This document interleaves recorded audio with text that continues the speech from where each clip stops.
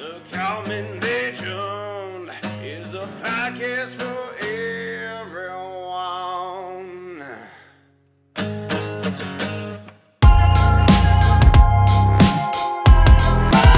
Hello and welcome to The Common Legend, where legends are more common than you may think. My name is Sean, and this week our legend is Nick Perko. Nick Perko is the owner and operator of Solar Powered Studios, where he produces audio production stuff, podcasts, and audio recording, all your needs. And he also goes by Botanicus, is his musician name, EDM. What do we do? Dance music, ecstatic dance music, organic stuff, experimental stuff, ambient, Okay. a little bit of everything, chill beats, hip hop beats, Hell a little yeah. bit of everything. Okay, we're gonna have to talk about that later. I have a little secret thing in the works where I might need a beat. You license stuff? I do, yes. Sweet. Okay, we'll talk. So Nick, how you doing today? Pretty good. I was gardening. Sun's out. We're in spring, so the warmth God, and it's like perfect out there. getting stuff into the ground feels really good. Planted Yeah. some carrots today. Nice. Treated our babies. seeds. Seeds. So we'll see if when they pop up in like a week or 1 to 3 weeks for carrots usually. I was 1 to 3 weeks. That's it. Carrots take pretty long to pop up, actually. Yeah, that's what I thought. Like most seeds, like vegetables, like tomatoes, eggplants, they pop up in like 4 to 7 days. Wow. Carrots take like 2 to 2 weeks, maybe 3. Okay. Yeah. Do you ever do like seedlings inside before during the winter? Yeah. We start our peppers, eggplants, tomatoes, herbs, some herbs. Oh, man, I gotta go over to My your wife house. is my wife is the main like seed starter, and Okay. then we tend the garden together. And I made irrigation, and so we Nice. kind of have our own ways where we help out to come together to make the garden work. That's awesome, It's a man. huge garden. It's so much fun, and like getting your hands dirty. It's like grounding. It's so necessary. Like touch grass is what they say, right? Yeah. Yeah. I used to be a huge like into that. I had like a big setup, like multiple shelves, and I even grew mushrooms, like oyster mushrooms inside. Have you ever done that? I helped somebody like start a shiitake or like some farm with the logs and stuff, but Okay. I've never done inside or If you just anything. take one of those orange like 5-10 gallon buckets or whatever from Home Depot, drill a bunch of holes in it, and then just incubate some mycelium or into whatever your medium is, pack it up, they just sprout out. Take them off, come back. Like, That's amazing. dude. It's infinite. Like, Yeah. oh, and they're so good. Fresh cream of mushroom. Ooh. Except for I can't anymore. I've been vegan for the last 18, 19 days. Really? Yeah, part of this project I'm working on is a 30-day vegan challenge. Yeah, with this animal rights influencer YouTuber nice. from the UK who's pretty Okay. big, David Ramsden. Yeah. So what got you into gardening? From the culinary side, really. Like, vegetables are expensive. Good vegetables are expensive, yeah. like eggplants, tomatoes. So, wanting to grow our own food, eat healthier, less chemical exposure, Yeah. and then having really good, like, interesting stuff. We grow heirloom varieties. We grow lots of different types of things. Some rare things. Like, what are some rare things? We're not growing it this year, but one thing we have grown is a Guatemalan heirloom squash called Mongogo, and it's like, they make like pumpkins like this big, and it's kind of like a sweet like an acorn. Then they're so good, really good for Mongogo? yeah. I just like the name. Yeah, it is cool. Yeah, it's like Mojo Jojo.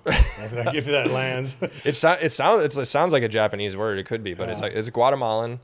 So a couple heirloom squashes, like some Asian eggplants, some striped eggplants, like Chinese, Japanese eggplants. Okay. The Japanese kamo eggplants, they're not like rare, but they're so good and so tasty, like, and so productive. They're fat and bulbous, and So you and your wife have been doing this for a while then. we have a lot of experience. This is probably we've been doing it maybe since about 2018, so this might be our like 7th year. And Nice, man. Almost coming up on a decade. I really sleep in. The backyard is so fucked up here, but I will need to get back into it. Have you ever used the hack of like one of those cloth shoe racks over the door, shoe racks? Perfect for all your herbs because it's vertical. So just tack it on the side of your house. have not done that. Smart, vertical gardening. Have you ever tried growing pine berries, the white strawberries? No, Fucking delicious. You can get the roots Never. on Amazon. never even seen them. Pine berries? They're called pine berries. They have like more of a pineapple citrusy notes. Sweet, dude. Yeah, they're really fun, except for squirrels fucking love them. So I only got to try like 2. Or The squirrels love everything. Yeah. The squirrels love the the sprouts when they're like about this big. So it's like yeah? after they've sprouted, you're like 2 weeks in, you're like, yes, I have it, and then that's when the squirrels come. Or have you ever grown the heirloom beefsteaks? They're like purple and red mixed, almost like rainbow. Not the beefsteak specifically, but we have some like striped and like purple Okay. tomatoes and. For my experience, squirrels won't touch the heirloom like beefsteak tomatoes. I don't know why. We've always put our tomatoes in the ground when they're big enough, so the squirrels don't mess with anything that's that big. I mean, we have one tomato that started like back in April. It's already like this tall, That's awesome. and so we'll be putting them in soon. Have you ever tried to grow corn? Have not. Don't.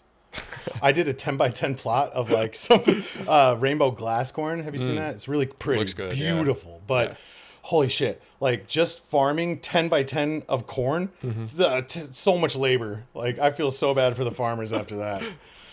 So music production. Yeah. When did you get into audio production? So I started like making my own music when my friend John Lilly across the street, like when I was about 8 or 9 years old, got a drum set and he started teaching me how to play drums. You know, just basic beats and stuff. And we would jam out a lot. And he was getting pretty good at drums. And this was around the age, let's see, like early 2000s when computers, like consumer grade computers, were starting to get good.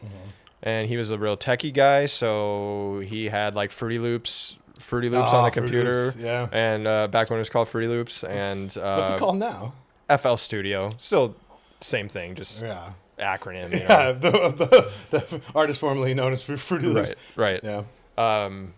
So we started making like little like experimental beats on the computer when we were 8, 9, 10, Fun. and kind of took off from there. This was back when computer processors were still in megahertz. Shit, dude. We're in megahertz, Yeah. you know. How old are you then? I am 34 now. Okay, Born so in- we're about the same age. Yeah. I know that processing power very well because that's when I got into video production. Yeah. How long it would take to render 10 minutes of video. Yeah. And the software to do it was Oh like my so God. jank. Like, Dude, when iMovie came out, game changer. Yeah. So you got into it when you were young, and then did you go to school for it? so played throughout school, like elementary school, like the Suzuki or whatever, but it started really in middle school band. Played percussion.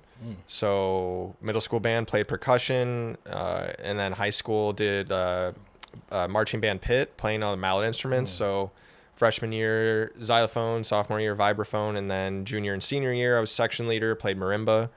So could play like Marimba is that big wooden one, or it's it's a big wooden one. It's like a xylophone, but it's made of yeah. softer wood, and you play with soft mallets. So I it's remember like that, it's like the major league xylophone, I guess. Yeah. And really, really beautiful sound. If you can hear it in like an auditorium, one that's made of real wood, and it's echoes really unbelievable nice, yeah. experience. And super fun to play. Could play 4 mallets. So Four? that's my So training. 2 in each hand? Yeah. Cool. Yep. Crazy. So percussion, that's Yep. been your thing. Yep. And then did you go to college? I did go to college, not for music though. Okay, what'd you go for? Engineering, bioproducts engineering. That's a smart move. It's like the hippie version of chemical engineering. Okay. Yeah. I like the hippie version of anything. Yeah. But I hate I mean, I understand that was the smart choice career-wise, but like, because there's no money in art unless you're really good, you know, you're lucky. So like engineering there's got to be a lot of money in engineering, especially biochemical, right? Well, I was on a good career path, but I was too stressed, not managing my stress well enough. I was at a particularly difficult location. That's what pushed me into music and audio production full time. And so the path for engineers would be great. I could always go back to that. I still keep up with my math and science, and I'm interested in the field. I love energy production. I just got pushed into music more, and so now I'm taking this path, and it has a number of different aspects to it. Hell yeah. All of them are growing and doing better. Yeah. It's a long road. Some of the money's there. road. Some of the still growing. Needs to keep growing to be like sustainable long term. But all signs are good. Yeah, when it comes to creativity, like and artistic passions like this, like you don't see results for a long time, but you have to stay consistent and keep practicing and putting stuff out. Yeah, the road is long, and I think a big evidence of that of late is I just did an all original set in March, and All original? What does that mean? so I played a DJ set of all my own music. Nice. And along with some live performances, percussion, some drums. I'm learning ukulele right now. Oh, I've so- always wanted to learn that. Yeah. It just looks fun. It's- that Somewhere Over the Rainbow by Kima Gawa or whatever.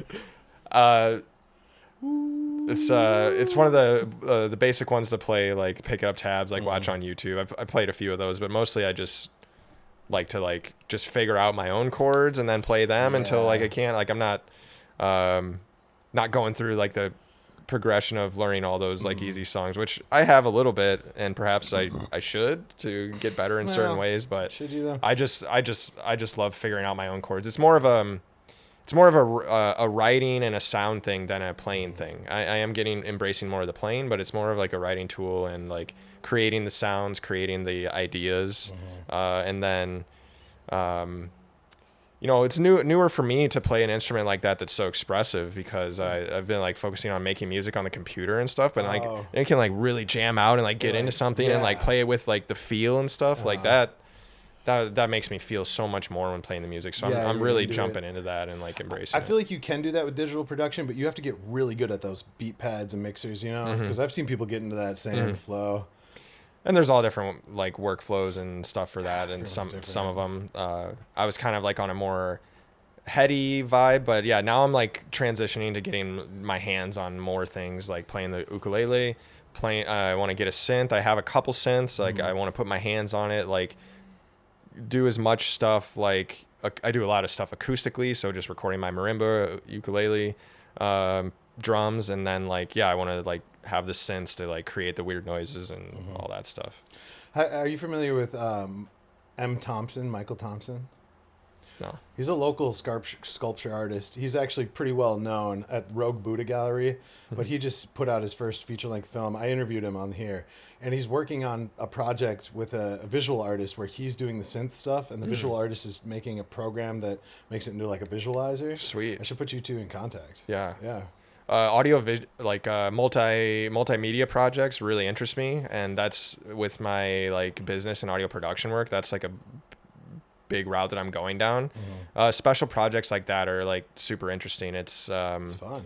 It's a little more engaging than like recording audiobooks or podcasts, and like I can be more creative and kind of like link up with somebody who has a vision to create something good instead of just like doing something like formatted that for somebody else. It's kind of like more interactive and more engaging. A lot of people don't understand with creative endeavors is there's a corporate side to all of it. So like I went into graphic design, and then all of a sudden I was making stupid logos for companies forever, and it takes the passion out of it. So you can do something you're passionate about and then lose the passion for it. Yeah, and I'm still like wiggling in and discovering what I want, and so I have noticed that in some areas. But like when I get to like put together like multimedia piece for somebody, even if it's like music that I don't like, I get so into it because it's like it's creating some art that's going to be experienced and enjoyed by somebody.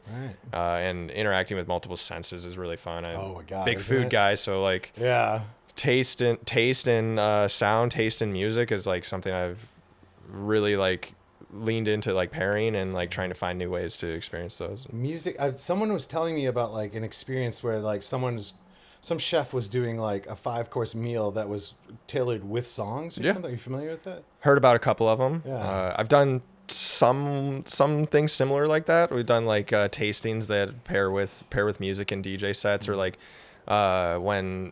when the certain part of the set comes out, that's when we bring out this new dish, or like little bites, or that's fun, like an immersive dining experience. Dining / snacking / socializing, like dining. Called it I had a little series where I did like a few small events called sound bites, and so that's nice. I like that. That just works. I don't know if that's trademarked by somebody else, but like it was a pretty just startup small thing. I haven't used that in a while, but that was fun, and lots of opportunities for that to come in the future. And we did one at this REM 5 VR Studios. This is a VR studio in St. Louis Park. REM 5, you said? Yeah. I've never heard of them. What do they do? So it's a VR studio, big like VR stations where you can play games against each other, play games by yourself. Yeah, like, I've heard of those places. Like a VR, what do you call it? Like VR arcade, or like arcade isn't the right Is it word. like one of those big rooms so you can actually run around in the 3 dimensions? Yeah, they have like each pod is like, I don't know, like 15 by 15. So you have like some area to run around, cool. and you could play all the different games. Yeah. And they have like food and drinks, and like there's parties. Nice. Anyway, they had this like Not a sponsor. it's a cool place though. I've done a few events there where they have like these kind of multimedia art projects and different like exhibits kind of. And we did one where we paired like a audio-visual projection with a sound piece that I made, and then paired with like artisan cocktails made by my friend Ian Mack. So fun. that was interesting, and like the way that you would move the drinks on the table, the projector would respond to that, and it would like guide you to like look at certain things, or to like go over and then now take this drink. So it was like it was really fun. Dude, the tech behind that blows my mind. I've seen something like that, and I'm like, how the fuck do you even wrap your hand around? Like, I don't know, it's crazy. I need to get invited. I need to roll in your circles. I need to go to that kind of stuff. There's a lot of interesting stuff going on. Lots of people doing really cool art. It's exciting, and yeah, lots of opportunities, and lots of opportunities that like don't fit the conventional like I'm a musician, like I'm gonna make songs, I'm gonna play shows. Like there's so many more ways to like participate in the arts community as a musician, instead of just like being the one on stage. Like, yes. I like to support events, I like to provide background music, I'll like to make those multimedia projects. Like there's so many ways, and then this goes for many different kinds of art, performance art, so many of the different ones. They can all overlap and intertwine. Like the tricky part is making it profitable. You know, like with this project, video project I'm working on. Like I said, $10K in the hole with a predatory loan, and like the podcast here, I've been doing it since January 1st.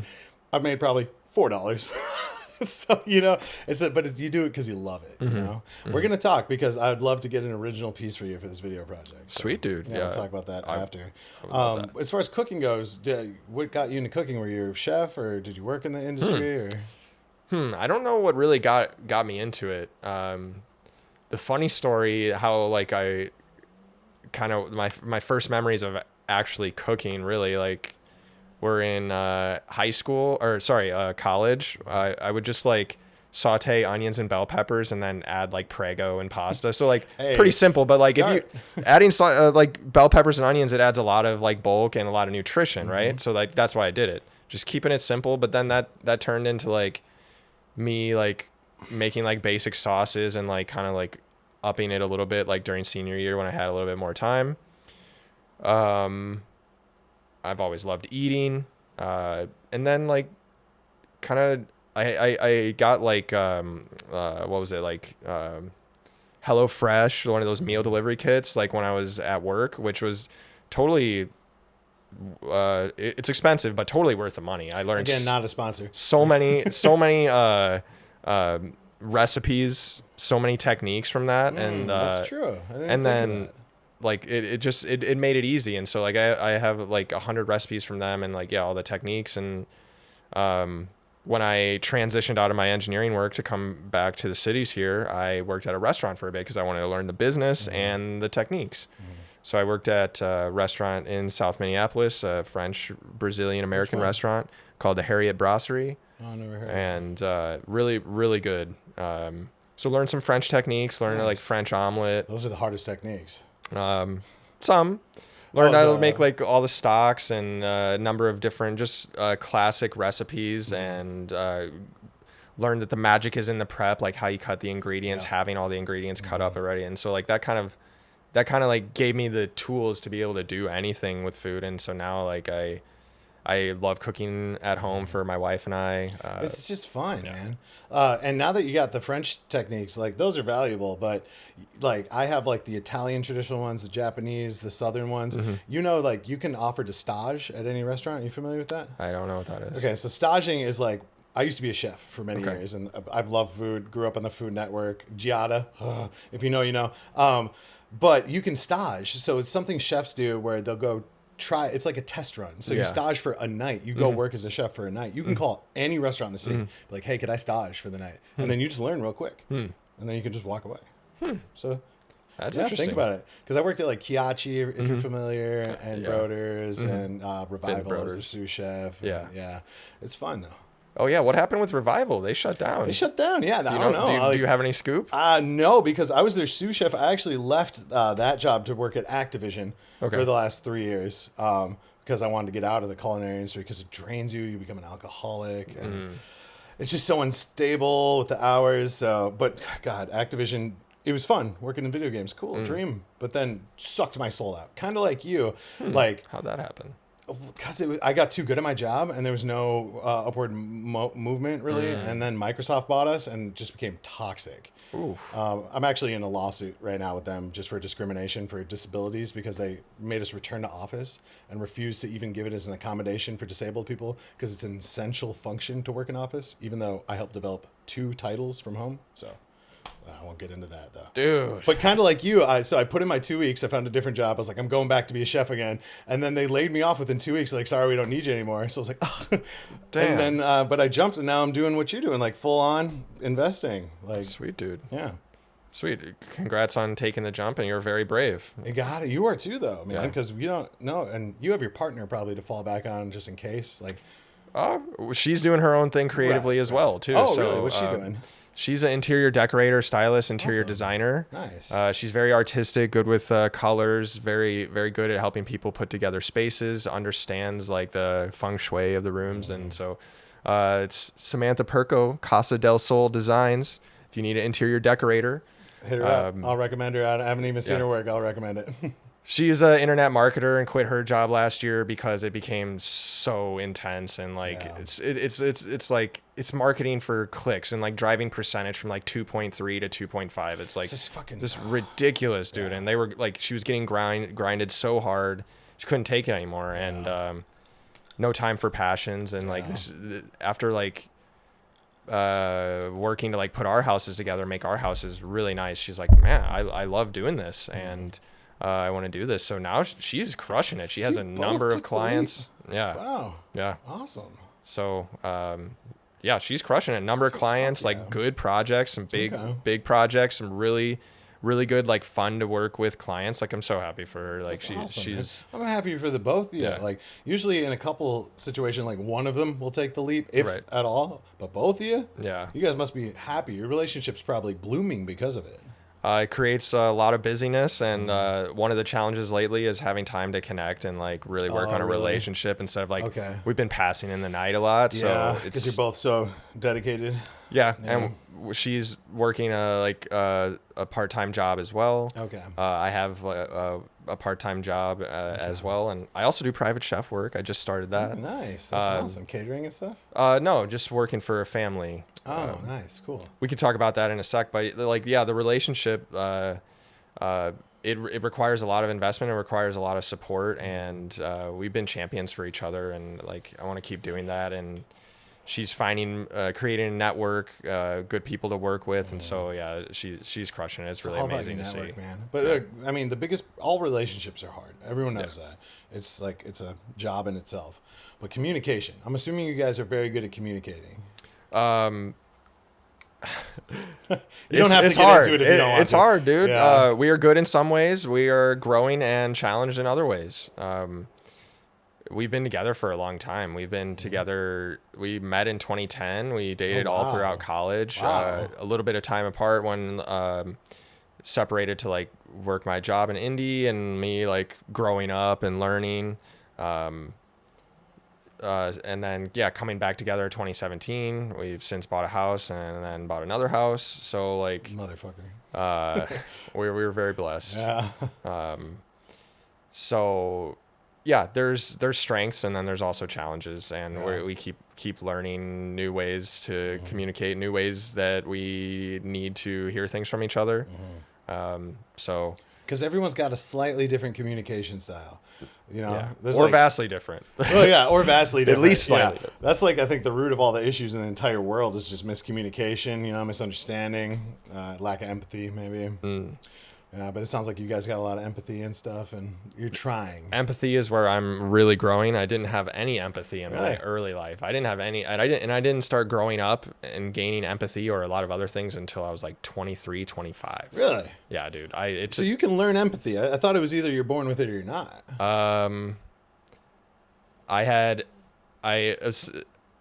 It remains a thread throughout my life as I focus solely on myself. I'm selfish. Yeah. But I started. Nah, it's a trigger word. I did this on purpose. I'm sorry. Because self-care is narcissistic. So you can be narcissistic but not have like a personality disorder. You know? Correct. There's like healthy narcissism, and there's some like Yes. debate over like if that term is real or useful or whatever. The but rumor has it, you know what the DSM is? It's the diagnostics criteria for mental health issues. So they're on the 5th edition, DSM-5. Yeah. DSM-6 is rumored to come out next year, and it's rumored that narcissistic personality disorder is not even going to be a thing anymore. That it's a whole new, they're like taking all these personality disorders and grouping them into new things. So, yeah, fascinating.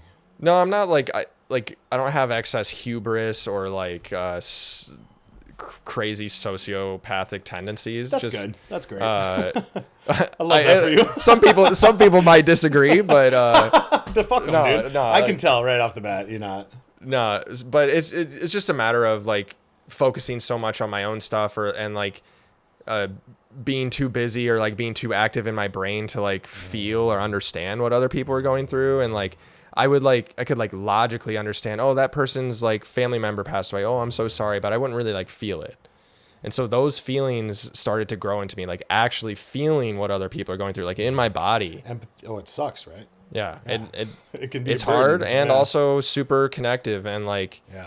I, through the past few years, like really been leaning into like connecting and like interacting with pain and like having not being afraid of it, because Yes. experiencing the pain, experiencing the anger, and like being with it allows for the other emotions, the other experiences to come through. And then when they come through, it's so like significant, and I'm so Yes. grateful for the full experience. You go to therapy, right? Then I could. No? Not currently. What? Insurance you sound issues. Like you're a healed king. You know? Healing. Yeah, it's a journey. Progressing. Yeah. Insurance issues, like with the Yeah, I feel transition, ya. and then Yeah. like my therapist was pre-licensed at the time, Okay. and I really enjoyed working with her. So like still trying to like get back with her. Might have to like find somebody else. So what sparked then this like empathy? What gave you empathy? Was it an event or was it a person or? Just growing up, I think a major factor was the job that I worked and the manager I had. Really? So, you know, I'm an engineer. I'm a smart guy, smart with math. Going into the factory, I worked at an ethanol plant. Going into the factory with a bunch of blue collar people and basically thinking I'm smarter and better than everyone else. And not just there, but generally in all areas of my life.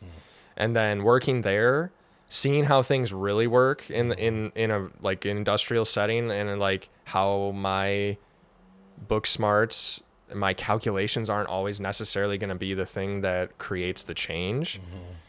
Seeing that different people who are different than I have so much experience and so much knowledge and expertise in different areas that they're the ones to learn from. So I learned that I have to learn from these people. They have so much more experience. Also, like I have to respect them. If I treat them like they're less than me, they're not going to want to work for me. And like, and like, because my job is to put out the new projects, put out the new processes that save money, save energy, reduce waste, all that stuff. But like, I need the buy-in from those people. So like, acting in my older ways, acting like I'm smarter than everyone else was not a good way to make friends or have people like want to help me or work with me. So like, in those couple of years, like I grew hugely, and like people that disliked me at the start, like really liked me at the end. And it was like, it was kind of amazing to see. Some people were sad that I was leaving, and that I'm just so thankful for my manager, kind of helped me out there, and just all the people that I learned from there was really good. That was the start of me growing up, honestly. Well, I think it's because like, yes, you got put in an environment where you got to see some perspective, which is always good, opposite perspectives. But I think you have a growth mindset, which is also very important because a lot of people could also go into that situation and just stay like, no, I'm better than you, period. You know what I'm saying? But you saw the information, you know, and you realized, oh, everyone has something everyone knows something I don't know. Yeah. There's something to learn from literally everyone. Yeah. Even the craziest homeless guy knows something you don't know and has something to teach you. Yeah. Yeah, it's important. And it's really, I don't think everyone has the capability to do that. So the fact, like all the stuff you're talking about, that's why I was like, are you in therapy? Because that's like a lot of shit I had to learn in therapy, you know? But I call it collecting perspective. Like you got to see life from both sides of the tracks in every field. So, yeah. Yep. Always trying to employ that. I want to learn. Sometimes I want to learn, but don't necessarily listen. So that's like the next frontier of this stuff is to like really take in what people are saying and like, especially like on emotional things and relationship things. Like, so super grateful for that time there. That definitely like sparked a big growth journey in me, and I've been growing since then. And it's been mostly upward, you know, some detours and some setbacks as life goes. Life, love, stress, and setbacks. Yeah. Atmosphere. Yeah. Start a podcast. That's when I started to really learn how to listen to people because you have to, you know, if it's an interview format, it's just a tip. It works for me. We're like 30 episodes recorded in. Like, that's good training. Yeah, congrats. That's a lot of episodes, man. I know. Hopefully I make it to 100. They say most podcasts don't make it to the full year. Yeah. So, January, February, March, April, May. I still count. 5 months in. Yeah, halfway there. Living on a prayer. Congrats, man. So yeah, your relationship with your wife, I kind of like how you guys like went your separate paths and came back together. I think that's a healthy thing. A lot of people might not, but like you both got to experience some things you had to grow, and then came back when you were like more grown and healed. And I think that's a really powerful thing. And do you agree it helped strengthen your relationship with your partner? There was definitely a new and way better phase after that, and so when we came back together after that, like a lot of our individual healing and growth, me growing up generally, gaining more empathy, listening more, being more vulnerable. Still have to keep progressing on that, and understanding her and other people more, like all of that stuff. And for her, she had a number of things that she progressed through as well that really helped her. And then when we came back together, it was like, so much stronger and just growth, specific and general. So there's certain things really I don't help. think you can learn in a relationship. Like you have to, you know what I'm saying? Yeah. Like there's certain things you need to work on that you can't necessarily when you have that dynamic, because there's certain like expectations and stuff and norms that hold you back. You know? I don't know. That's what I think. But okay, so rumor has it. I'm gonna touch on this. If you don't want to talk about it, just say it and we'll move on. I heard you're polyamorous. Yes. Okay. Yes, we are. All right. How long you guys been doing that? Really like kicked up in the last year or so, but we've had some talks about it for a little while. It's been like a big growth journey, like super helpful in helping us understand what we really want and what our personal needs are and how like each of us meets or doesn't meet those needs, either in ways that we can't or ways that we could grow. Totally. So yeah, I think it's stupid to think that you can have all of your needs met by one single person. That's almost unfair to them, right? Yeah. To expect that. Yeah, that is something we both agree with now, and that's kind of like a delusion that remains in society, I think. And some people that choose monogamy, totally Cool. fine. Whatever works for you. You know, this whole thing is newish for me in the last few years, so. When it was a shock to us when we first encountered it, there's a lot of people that are that way in our community. So, but yeah, learning all that and seeing all the different ways and like discovering like, oh yeah, that does kind of make sense actually. And, there's certain ways that people are going to be better for other people. So, Sam is a wonderful person, and I do not want to control what she does. I want her to be happy. I want her to be completely fulfilled.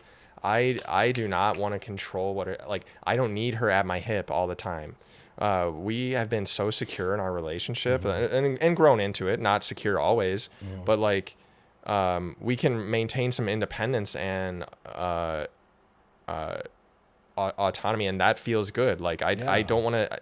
I don't want to have to like be codependent. fending off like a person's getting too close or he's too friendly, or like worrying about, like, dude, I'm not It's spending all that energy. Such a waste of energy and brain space. No. Yeah.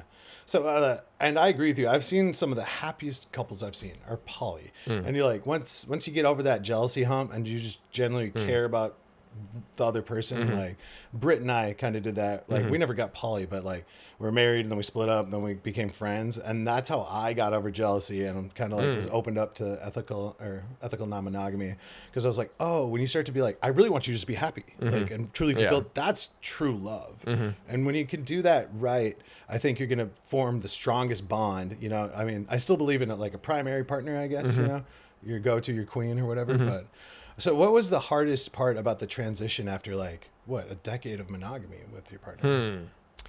What was the hardest part? I would say actually our progression and the kind of the way it's played out has been pretty easy. Really? We've had no major like hiccups in that regard, or like mistakes. We've all made little mistakes on like use of time, or like scheduling, like, oh, like I wanted to be with you tonight, but you scheduled with this other person, and some of that is from non-communication or miscommunication. So we've each made mistakes in that realm, and we've done pretty good at understanding and like communicating and like re-upping like what are the expectations. A lot of situations that you encounter, they bring up things that you didn't think about, so like these are new discussion points to like find what are the boundaries, or what are my needs, or like what do I need to know, what needs to be discussed, like discussion thresholds, like all these Communication things. is key, man. It comes back to The reason I could never go poly is the scheduling, which you brought up. My calendar's already fucking a rainbow with scheduling. So that, I was like, oh, that sounds so stressful. I could be more on board with ethical non-monogamy, you know, which is like less you have multiple partners, more like you just bring people in, you know, unicorns or whatever. But I tried that with my first wife, and that's actually the main reason it ended, because bad communication. My behalf. Yeah. So, yeah, you live and you learn. I'm looking for number 3. They say third time's the charm, right? Well, that's great. And no, I support anyone who like wants to explore that. The stigmatization over the relationships in America is very black and white, and that kind of sucks. I think Christianity had a big part to play in that. But correct me if I'm wrong, you identify as Christian. I am Christian, yes. Okay. Do you identify with a specific denomination? Nope, haven't got that far. Don't know if I will or would. I kind of had like a I won't say long, but a prolonged progression towards Jesus with a number of different things and people in my life. And then do you mind? Go ahead. Okay. Did have a specific conversion story where I had a very strong person who like impacted me, and I was like, okay, now I'm Christian, kind of just like accepted it. So it's amazing how like just one interaction can really bring you into faith. You know, it's a powerful thing. Like you see, I wear a cross, but I'm not Christian. So how do you feel about the polyamorous thing in relation to one man, one woman within Christianity, kind of? That is something that I'm struggling with and trying to understand. I was actually thinking about looking this up specifically, and because I know there's a lot of in the Bible about the monogamy stuff, but I'm trying to look up exactly what Jesus said. I think there is a quote or two that Jesus specifically said about this, but I just want to relearn that and study that a little bit more to understand. yeah, I don't know where that leaves me. If I'm openly sinning, I feel horrible about that. Well, if you did, Jesus already died for you. It's cool. You're good. Yeah, but openly sinning knowingly is pretty bad. Yeah, because sometimes I've been known to, I'll say, Lord, forgive me for I'm about to sin. And it always ends bad. I always get slammed down. Yeah, I thought I was acknowledging it, so, right? No, but no, you're right. Like, openly sinning is completely different. Yeah. Yeah. And yeah, so yeah, I don't know. That's Still something you're somewhere working on. and yeah, I want to be guided by God to treat people with love and stuff. So if that's more than one person, I think that's okay. I agree. This could be my human reasoning. So I'm totally up to being wrong about this. I don't think you are. But well, I mean, look at Mormons. They're a sect of Christianity. yeah, They take multiple wives. yeah. Muslims. And I mean, while Islamic and Christianity religions are very different, Jesus is still in the Quran. You know, he's just a prophet, not the son of God. So I don't know. There's a lot of religions that say it's okay.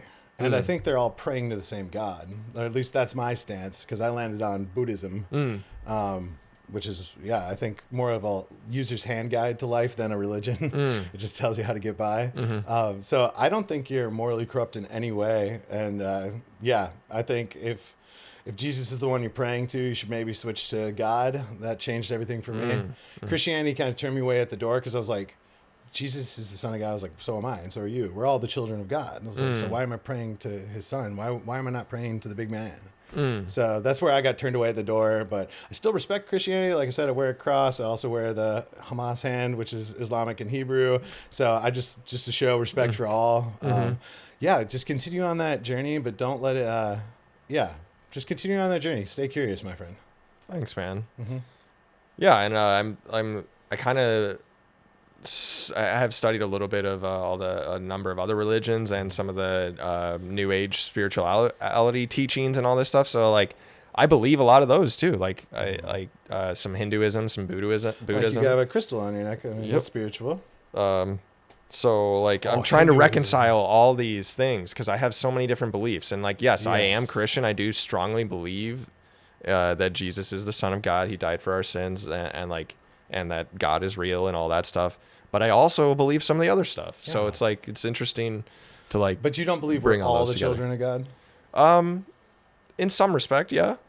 So you are the Son of God too. Yeah. I mean, we are all carrying God's essence. Yeah. Are you a big reader? Do you like to read? Moderate. Okay. How far into Hinduism have you gotten?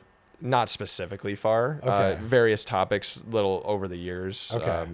I actually did most of my Hinduism study in high school for papers and projects and stuff. Okay. Yeah. I feel like it's collecting perspectives, like you said, with the different things. Once I learned enough about each religion, it just clicked. And Hinduism was the last one. And there's this guy named Ram Dass. Are you familiar? Yeah. Have you read any of his work?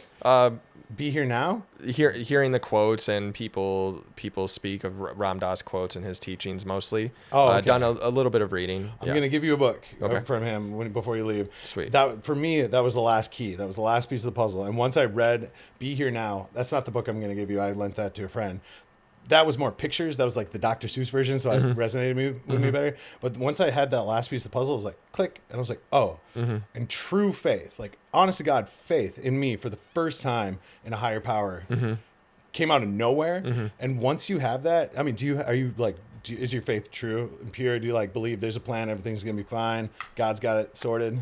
Actually, that's one of the major reasons why I came to God, is because I was overwhelmed and at my wit's end with trying to control things in myself. I was begging for someone to help me out. Surrender. You ever drop to your knees, cry, and beg? Oh yeah. Okay. Yeah. This is weird, because everyone I've talked to who has come to true faith at some point or another has literally dropped to their knees and begged God for help. Oh yeah. I think that's like what you need to do. And then you surrender to God and then click, click, click, click, click. Yep. It's powerful. It's amazing to hear. Thank you for sharing that. Yeah. And I mean, it kind of like, it's too much to bear for me to control so many things that can't be controlled, and to worry about them I just saw that it's ridiculous. And like, you know, everything happens for a reason. There's all these different things happening. There's like, to think that I could control that is crazy. It's insanity. Jinx, you owe me a Coke. Yeah. It's a Coke. No, I'm kidding. Or am I? I don't know. Not a sponsor. The cartel. No, yeah, it is crazy. But like, yeah, once you realize some people don't believe in fate or destiny, but like it is what it is mentality. It's a popular turn of phrase. Lots of people use it just to be like, whatever. But once you can truly embrace it, it is what it is, because this is how it's supposed to be. It's so freeing, right?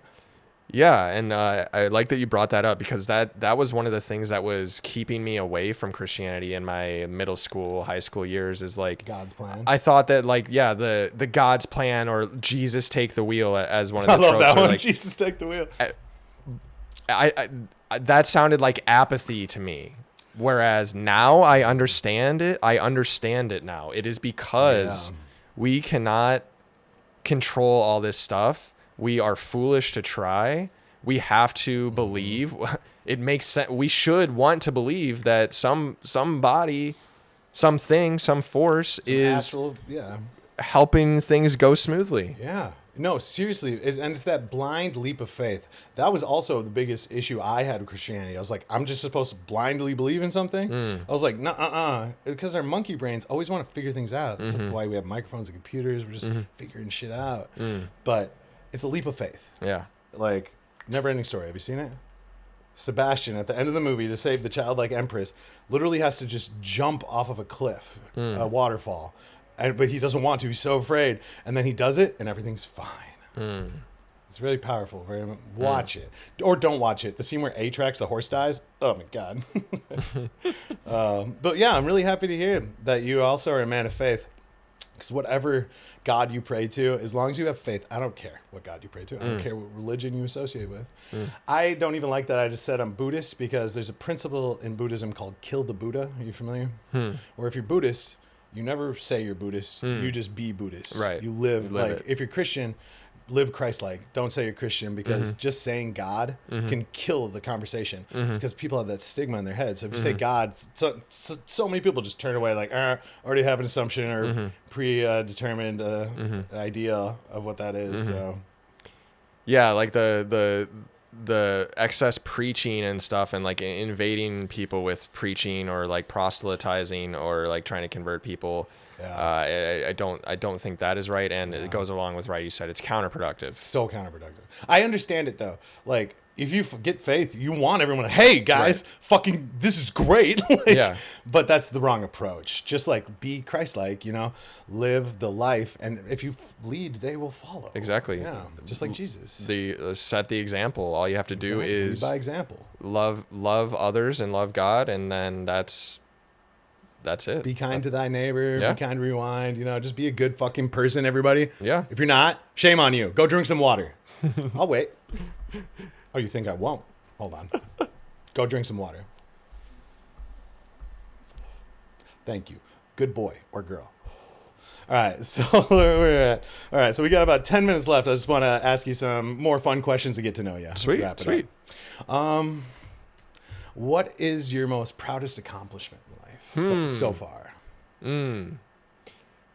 Probably playing my full original set back in March, because it's a culmination of so many years of work, so much passion, so much creativity, a lot of collaboration. It's on the path that I want to be on, is like being a premier, like, ecstatic dance musician, performer person. So of awesome. late, that's one of the biggest. It's the first like big step, like a full original set. Yeah. And I did one in 2022, but like since then, my music has gotten so much better. Some of the songs that were demos then have been completed. Releasing more and more music. So that was an amazing feeling to do that, and it was very well received. I performed about as good as I could have. It wasn't perfect, but like things happen, and I was super happy with how it went. And That's awesome. Just man. got some very good feedback from a person who was there last night at a gathering. So like hearing that just it warms my heart. So Isn't much. it like so amazing when someone who's like, or were they in the field already and relatively established, or? Just a friend who's big into dancing, and Okay. like so it really impacted her, and I've come to know Gabrielle this past year, so like I really respect her like taste in music and movement and stuff like that. So it made That a huge... first compliment from someone you respect about your craft, I just got it from this guy David Ramsden, who has like 60,000 subscribers on YouTube, 20 million views, and like when I presented him the project outline for this concept piece, and he was like, "Dude, this is sick. I'm so on board. This is the most positive thing ever I've worked on in years." And then like 2 weeks into the project, he's like, "Dude, you're fucking crushing it. Like this is amazing." And that compliment, I was just like, I want to cry, you know? Nice, So dude. I feel that. Nice. Yeah. All right, let's flip it around. What's your biggest regret in life so far? Biggest regret.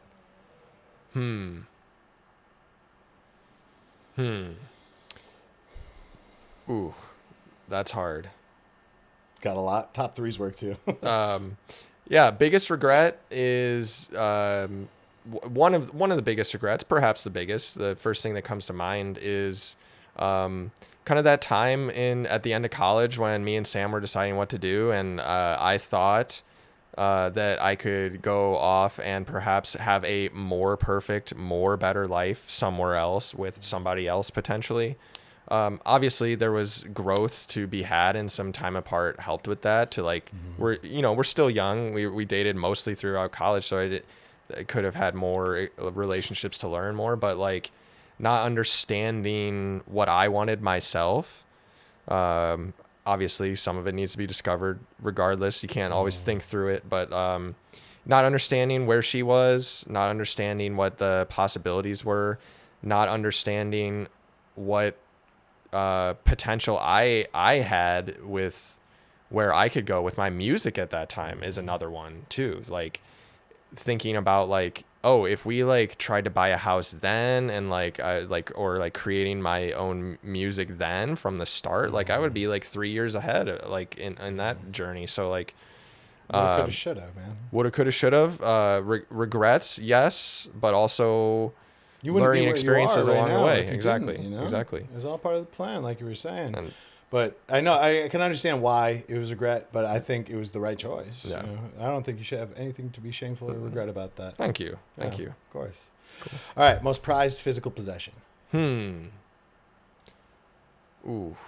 Most prized physical possession. Could be something just memorable. It could be a collectible. It could be like an old postcard, or like for me, this Buddha statue and that midwifery statue for my mom or mine.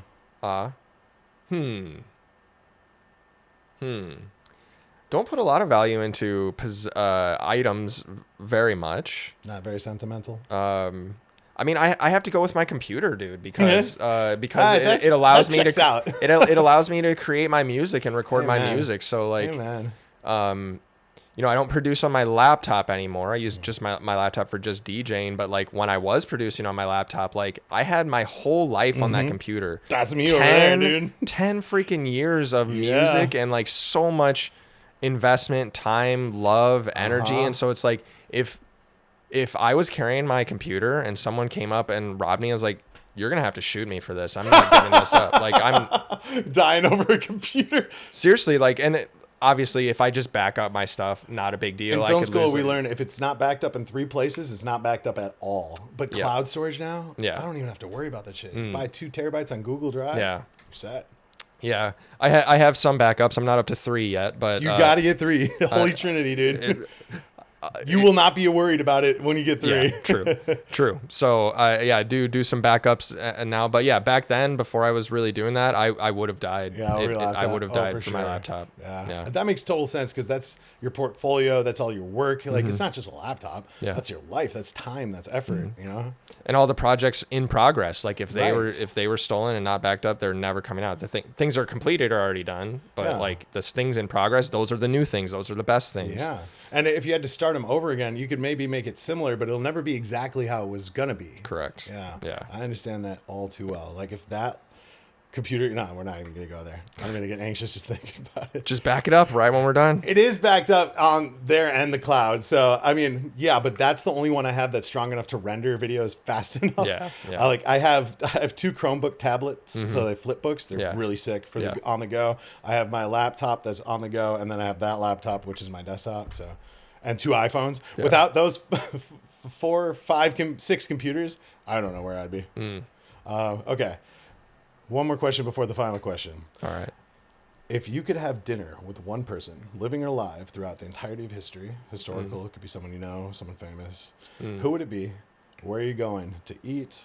And what's the first question you're going to ask? Ooh. All right. I think I'm going to go with one that hasn't really changed. I've been asked this question a few times, like for one of my internships when it was a good interview question. Get to know you game for like me and a couple of the other interns. But perhaps there's a more thoughtful answer. But the guy that I always go to is Snoop Dogg. No way. Yeah. What? I would have never guessed Snoop Dogg from you. What? It's because he's so intriguing. He's so interesting. He's such a hard worker. He really is. He created so much success for himself, and he is a freaking mogul now. Yeah. Dude. And he had a show with Martha Stewart, for God's sake. Dude, like he's in so many things, so many different brands. He does philanthropic stuff. He does with the Snoop Lion project that he did. Like that was hilarious, by the way. The album was good, man. Yeah. He just put out a new single, I think. Did you see that? As Snoop Lion? No, as Snoop Dogg. Hold on, I want to pull it up because I'm pretty sure he did, and it was something like "Still a Stoner" or "One Last Stone." I'm butchering it. Snoop Dogg. Okay, "Last Dance with Mary Jane." Ah, interesting. Check it out. I would play it right now, but copyright. So. Yeah, I'll check it jam out onto it afterwards. Yeah. Okay. Yeah. So where are you going to eat? So it evolved at like I was more interested in like weed culture back when I was asked that question the first couple times. So like it's not hugely motivated by weed anymore. I'm 3 months off weed, by the way. Nice. Welcome to the club. Yeah. Can't you just think so much clearer? I'm feeling so much better. I'm sleeping better. Yes. I feel you. I support it. I was a stoner for 13 years. If you smoke a weed, make it every once in a while. Make it like a weekly thing, you know? Yeah. Yeah. I can't do it moderately, so I just need to stop. Like if I could do it moderately, I would love to. Like because when I can use it as a tool. Yeah. I don't get anxious. But what I did realize is that like I guess it would make me irritable. But mostly for me, it was just creating lower energy and like anyway. So back to Snoop Dogg. What would I ask him? And where are you going to eat first? Ooh, where are we going to eat? It's Snoop Dogg, so you have to bring it. You're whining and dining him. Oh yeah, where would dude. Snoop want to go? Yeah, we're eating something good, you know, like Wingstop. Isn't that Wiz Khalifa's brand? I don't actually know. I think it is. I've only eaten it once, and Wingstop was all right. I want to give it another try, but or you should go vegan. I'll convince you later. I've done some stints in it's like a super vegetarian. Where am I going with Snoop Dogg? Manny's Steakhouse. Just I'm spitballing. That's good. That's good.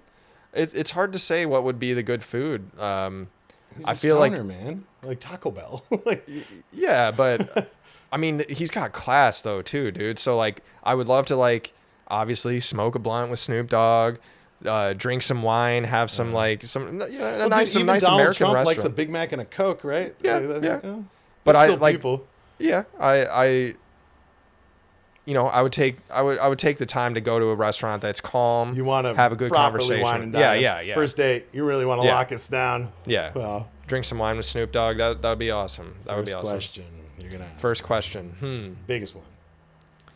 I mean, I would ask him about what his progression was, or how he became so confident in himself, because he is a freaking grinder, and like, and if you listen to his, I think it's his Hollywood star acceptance speech or whatever, he's like, he thanked all the people. I want to thank this person. I want to thank this person. I want to thank Dr. Dre and like all these people. And then he's like, and most importantly, I want to thank myself for putting in the hours, for believing in me when no one else would. Yeah. And so like, that was super inspiring to me, dude. Yeah. Like, because he had some rough, I don't know his full upbringing, but he went through some rough stuff. It wasn't guaranteed life for him. It was not easy for him. He had to work hard, and he had to spit those bars. He had to keep grinding, keep connecting with people. So I just want to learn like how he believed in himself, how he got the drive, and how like he just kept going. Yeah. It's because he's so humble, man. Are you getting watery-eyed just thinking about it? I was tearing up a Okay. little bit. Like, I it's was super wondering. inspiring. It's so inspiring. But notice how, like, so he thanked himself. So important. And, like, what he said is so true. Like, when you're on this journey of, like, creativity, no one's going to fucking cheer for you. No one's going to, like, say, awesome, good job, until you've already made it. And then when you make it, they're going to be like, how'd you do it? Like, how'd I do it, motherfucker? On Facebook, I don't get a single like or comment from anyone I know, but they all watch, you know? So, but what I think it is he's so humble. He's not cocky. It's true confidence. Yeah. Because he thanked all those people first. He knows he couldn't do it alone. But I'm pretty sure he's a man of faith too. And it starts there, trickles down. You got it, man. That You is wisdom. got this. I'm Thank you. proud of you. Thank you, man. Okay, well, here. This is a fun little idea. We'll talk about it after. I just want to spitball off you. How would you think about Solar Power Studios being the official sponsor of the Common Legend? I'm interested. Let's talk about it. Okay, last question. Perfect. Exactly an hour. Have you listened to the podcast? Do you know what it is? A couple of your episodes, yeah. Okay. Nick, Mr. Perko, would you kick a puppy, a poor, innocent, sweet, little, adorable puppy, as hard as you possibly fucking could? I'm talking when you foot contact that thing, you feel ribs break, you hear, "Ay!" into oblivion, most definitely killing that puppy to save 100 strangers' lives, random strangers' lives. The ethical dilemma. The trolley problem. Yes. 2.0. The trolley problem. For 100 people, yes. Yes, I would. Would Jesus?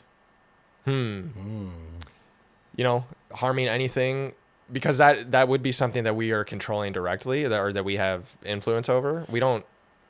You're choosing to harm something. If the 100 people are going to die, Yeah. you're not harming them, though. You're Correct. choosing to inflict harm Correct. over not. I think the ends justify the means in that case. Okay, so you value. I guess when I've asked this question a million times, and it'd surprise you who answers which way. Yeah. With ethics, it's wild, but you value human life over animal life. Yeah. I mean, the numbers factor into it too, but Numbers too, totally. What if it was 100 Hitlers?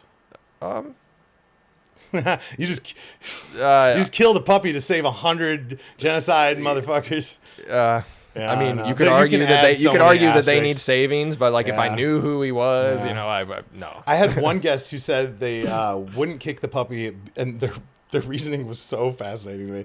They said, because I don't want 100 fucking people coming up and thanking me all the time. I was like, That's an introvert, funny? dude. So introverted. Well, man, Nick, it's been great. Last thing, can I just snap a Polaroid of you, sign it, throw it on the wall, Legends? Absolutely. Awesome. It's been so great talking to you. You're very educated, and yeah, smile pretty.